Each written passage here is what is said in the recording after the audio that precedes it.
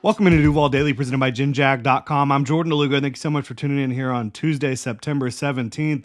A rough couple of weeks in Jacksonville for your Jaguars. 0-2 to start the season, coming off a really devastating loss to the Browns, a game the Jaguars absolutely should have been able to win.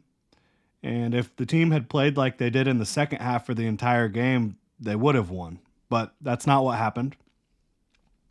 The offense really disappointed in a variety of ways. We've talked about that quite a bit already, but I did want to talk about the Jaguars defense, the standouts, and just a little bit more about this game, mostly focused on the defensive standouts here in this show. But we're going to talk about this game by the Jaguars defense. So, again, thank y'all so much for tuning in. If you enjoy the content, please like, subscribe, hit that notification bell. You can also check out gymjag.com/shop. Pick up some new Duval gear like the hat I'm wearing right now. So, looking at this game, Jaguars defense only gave up 16 points, 18 total points scored by the Browns. Two of those a safety that they were able to get against the Jaguars offense. So the Jaguars defense did play good enough to win in this game, especially after the first two drives. But they didn't really play great. And again, my thought on that is because the first two drives, the Browns were moving the ball a little bit too easily, especially in the opening drive. Like, this is a football team that had no rhythm. Deshaun Watson, prior to this game, Deshaun Watson had not been playing good football. Browns fans were ready to move on, even though they can't from a financial standpoint. But Deshaun Watson came out there on the first drive, and he looked like he was Houston Deshaun Watson, or close to it, right? Running around, making plays, throwing accurate footballs.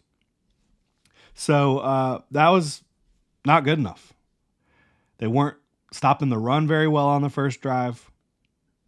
And they did make some plays.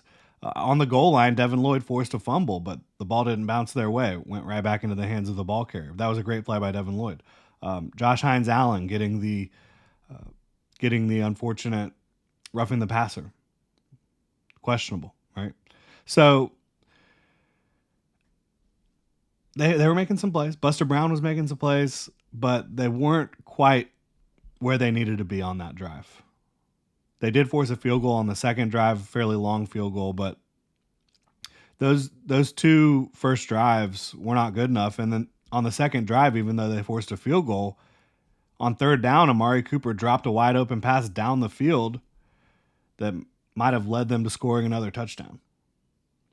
So they could have given up 2 touchdowns on the opening 2 drives very easily to the Cleveland Browns, who do not have a very good offense right now. And it's an offense without their 2 starting tackles, without their best running back, with a quarterback that has not been playing good football. So that's not good enough. And I think that allowed the Browns to kind of control this game a little bit. But after they gave up that 10 points, they pretty much locked it down for the most part throughout the game. Murray's getting excited in the background. Y'all say hello to her. But let's get into these standouts, because there were some very good defensive performances by the Jaguars. Josh Hines-Allen, I mean, he needed this type of game because you're going against backups. You've got to dominate. He had 7 pressures, a sack, would have had probably a couple more sacks if for Deshaun Watson, if not for Deshaun Watson being so creative and evasive and athletic back there. But Josh Hines-Allen played really good football. He's the leader of the Jags defense. He needs to be able to play that way more often than not. And he had a very good game, but wasn't enough for the Jaguars to get this dub. Buster Brown, I thought he played almost great. He played very, very good.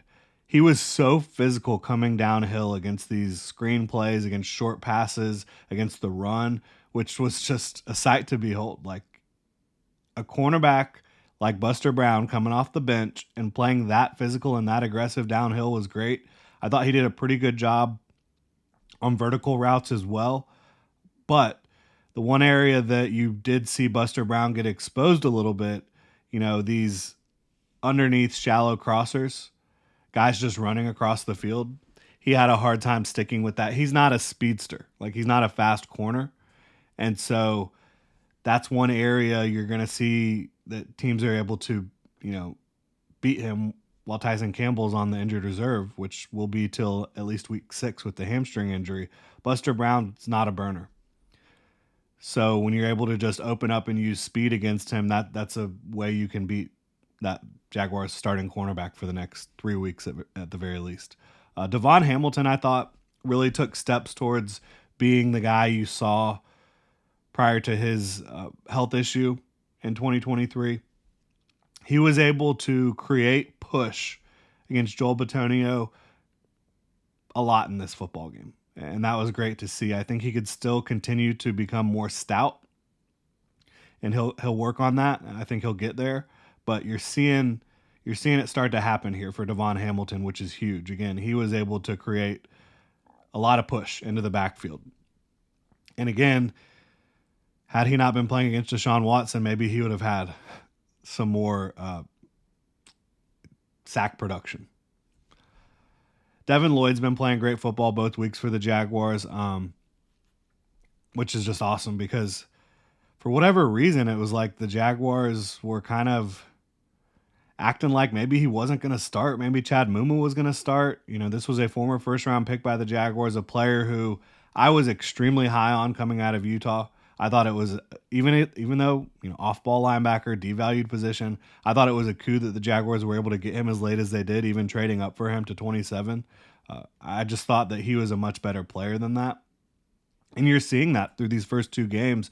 Devin Lloyd playing really, really sound football, playing aggressive, playing physical, forced fumble, almost saved the Jaguars from giving up a defensive touchdown with that play. He's everything you would want him to be at this point.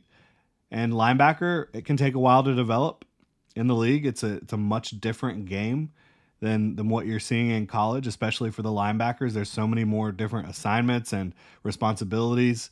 I think, though, that Ryan Nielsen is definitely making the most of Devin Lloyd's skill set, and Devin Lloyd is playing the best football he has in his career so far. Quickly wanted to shout out our sponsor for today's show, Underdog Fantasy. That's where I play best ball. These drafts where you can just draft and forget about it. You don't have to set your lineups, anything like that. Daily fantasy, all sorts of fun stuff on the Underdog app. And making picks on the app, Underdog, is straightforward. Signing up is even easier. Just head over to Underdog's app or UnderdogFantasy.com. Sign up with promo code Duval Daily, and Underdog will give you a free pick to use on your first cash pick'em entry plus $1,000 in bonus cash when you deposit, up to $1,000. So if you deposit $1,000, you're getting $1,000 bonus cash.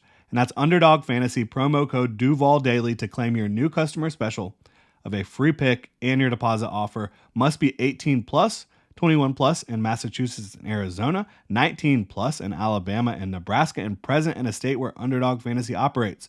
Terms apply. Void in Colorado. Concerned with your play, call 1-800-GAMBLER or visit ncpgambling.org. Arizona, 1-800-NEXT-STEP. That's 1-800-639-8783 or text NEXT STEP to 53342.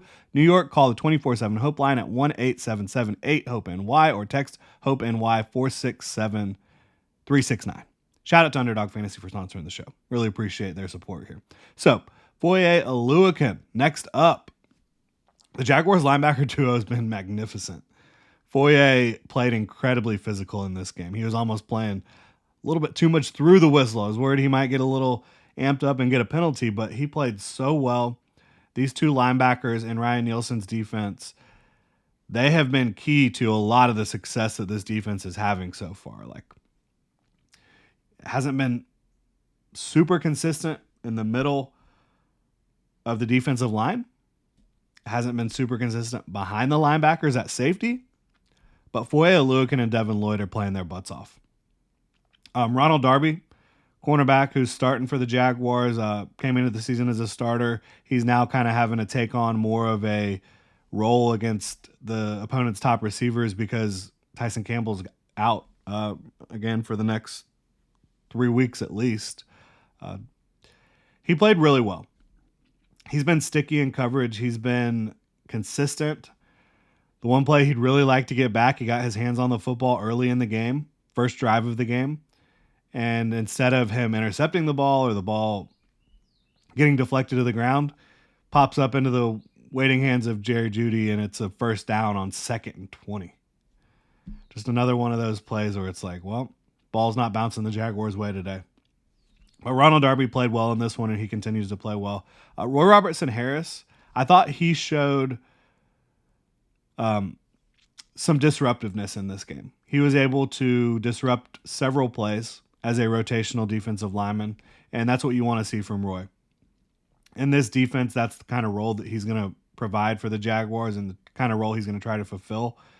Being able to create disruption, I thought he did that. You also saw Asezi Otomewo do that a couple times, get penetration into the backfield. This is a guy that was not active in week 1. He was in week 2. Mason Smith was not active in week 2. It's going to be interesting to see how they continue to play that out. It's really weird having a second-round pick not up for game day, especially when he was not perfect during his first game, but he was able to, like Asezi, create some disruption in the backfield, penetration. Now, a couple negatives I want to talk about before we get out of here. Tackling by the safeties has been awful. Atrocious. Like, through the first 2 weeks, Andre Cisco, Antonio Johnson, your two starting safeties. Andre Cisco has missed 30% of his tackle attempts. Antonio Johnson has missed 28.6% of his tackle attempts. These guys, that number needs to be like below 15 to be playing at a good level. It's been bad. And that's very frustrating to see because these are two talented football players that should be playing better. Also, Jarian Jones had a tough game. Thought he played really well against Miami. Had a tougher game here. He was the one in primary coverage on that second drive where Amari Cooper was wide open and should have been able to catch a big first down for the Cleveland Browns. But Jarian Jones, I have no doubt that he will be able to fight through that. It was just like a couple plays here and there where he wasn't quite on the money. But I think that he's going to be a critical player for the Jaguars now and in the future. Really like what I'm seeing from him overall. It was just a couple little mistakes by Jarian in this one where it wasn't quite good enough. And of course, again, the Jaguars defense giving up points on 2 straight drives to start the game isn't good enough, but they tightened up. They played good football. Jaguars offense and defense both played well in the second half against the Browns, but it wasn't enough. And so you've got to play more than 2 quarters of good football, or against the Dolphins, they played 3 quarters of good football, 1 horrible quarter. So you've got to be able to put together these games and play good football longer and not be dominated for an entire quarter or most of a half. That can't happen. You can't win games that way, not in this league, not the way the Jaguars are playing right now. They have been close. Like, I've thought about, there's over 100 plays in a football game, right? If the Jags, if they had executed on 2 more plays per game, literally 2 out of maybe a handful or 10 that changed things, they win both of those games. So they are close, but close is not good enough. So they're going to have to figure out a way to get wins. They've lost 7 of their last 8 going back to 2023. Not good enough. And there's no more excuses now. Yeah, Evan Ingram's not playing. Yeah, Tyson Campbell's not playing. There's a lot of teams around the league dealing with injuries at key spots. But you've got your quarterback. You've got your offensive line. You've got most of your receivers. You've got most of your defense. You got to go get the job done. You got to figure it out. And it doesn't get any easier playing Buffalo Bills on Monday Night Football this upcoming week. Now, the Jaguars have had some success against the Bills. Trevor Lawrence has had some success against the Bills. But this is about as make or break as it gets in week 3. Jaguars 0-2 need to get in the win column on Monday Night Football. We're going to be previewing that game, throughout the rest of the week and continuing to wrap up what's going on here. Jaguars have the day off.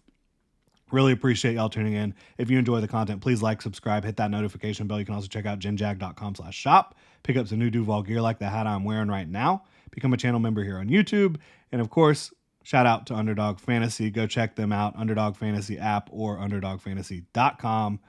Play some fantasy football, have some fun. Y'all have a good one.